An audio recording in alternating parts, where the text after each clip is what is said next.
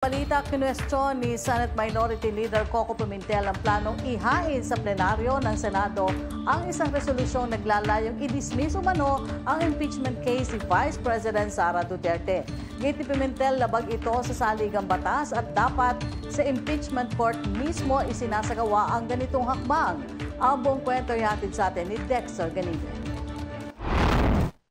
Naniniwala si Senate Minority Leader Coco Pimentel na hindi tama na sa Senate plenary ihain ang anumang resolusyon o motion para i-dismiss ang impeachment case ni VP Sara. Ayon sa mambabatas, kung pagbabasehan ng court analogy, mas tamaan niyang ang anumang motion o resolusyon para sa dismissal ng impeachment ay ihahain sa impeachment court.